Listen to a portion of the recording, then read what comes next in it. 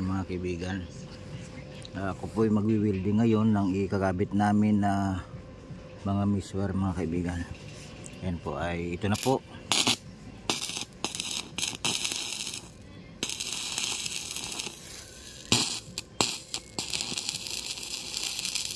Yan kasi ito mga kaibigan ay ipalagyan na may-ari nito ng misware. Kaya sa padandahan lang para naman po matapos to mga kaibigan. Yan.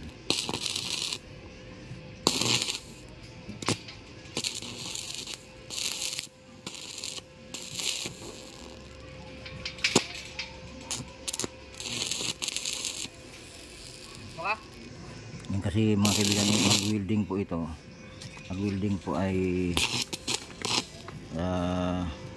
kailangan po ito po yung weldingin para po ma-lock dito po sa kasi po pag ito yung nakatagilid na ito po yung nakatagilid na ito, kasi madali lang po ito matanggal. Kaya mas maganda kung itong ikakabit, i-welding mo mga kaibigan. Yan.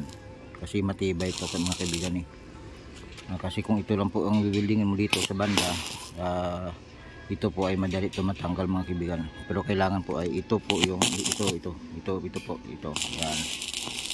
Yan sa inyo dyan mga kaibigan, sa hindi pa po marunong, ganito lang po yung suggest ko po.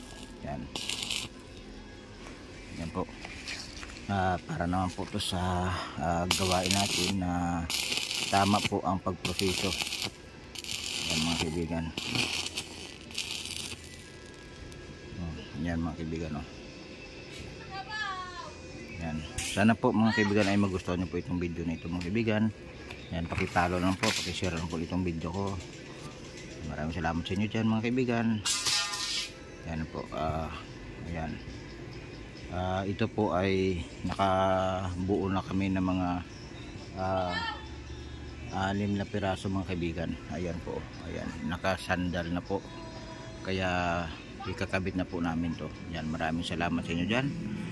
Pakipalo lang po nito, pakishare po ng video ko po. Maraming salamat sa inyo dyan. Bye bye.